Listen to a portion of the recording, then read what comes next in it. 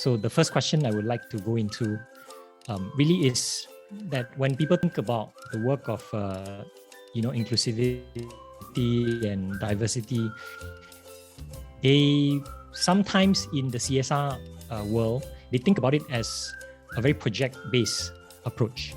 What we have seen here with at least with Starbucks and with Gold, they kind of take very different approach. It's much deeper in a sense that there is a pathway, not just after a project then it goes away, but there's continuation, and you can see the long-term impact of what you're doing. So then my question is, how do you think about this issue of not just looking at it as a short-term CSR project? How do you build a program like this? Can you maybe Rina, if you can start, can you talk about how did Starbucks take this on? The vision seems big, and you're saying you want to expand it to 1,000 stores.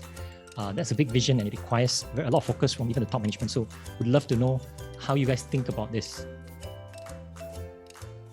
Well, just to kickstart, in general, in my personal opinion, many people think CSR as, like just check giving. Traditionally, it was done that way, just check giving, or just plan an activity for the day. But as time passed by, we realized that in the end, it's about the impact. And when you want to measure results and impact, then you realize, you will naturally realize that you need a sustainable plan. You need a long-term plan. From us opening a signing store, for example, it progresses to, all right, now we hire, we have deaf partners with us. What do we need to do? We need to make sure that, programs are in place, the company culture, everybody able to sign language, raising awareness, not only to our employees here, our partners, but also, to our customers as well. How do we do that? So many aspects actually put into play. And once we have that, when we plan a program, that's where, it's naturally every year. I mean, you have like a 5-year plan, we have a 6-year plan, up to 10 years, to ensure that, every year there is a target. Like currently, for partners that we hire, we will have to ensure that in 1 year, they will be certified as coffee masters. And how do we get to do, working backwards, what supports do we need to do to ensure that, they achieve that support.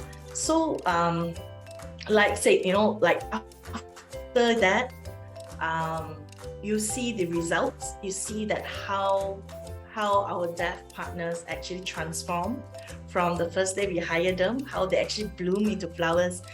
They are much more confident. They are able to work same as everyone else. That to me, it's really an achievement. And from there, we also have to think, what's next? How can we bring them to the next level? Like, if the goal is to make them to become store managers.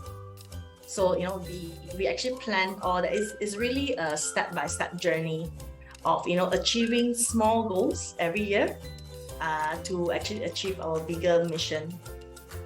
So I guess for that, that's like, when I approach like to our management team, for example, by showing them this long-term plan, it actually also gives them confidence to actually invest in the plan that that I've planned, and they see that the long-term goal, it's not just that, it's not just like, oh, okay, we launch a store and that's it.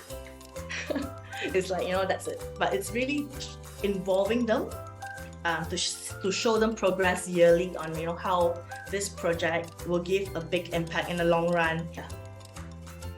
Okay, if I may just do a very quick summary of, some of the key points that I find very interesting. You said something like you start small, right? Prove your impact, but have a big vision so that it's compelling for the higher management to be able to buy this idea, right?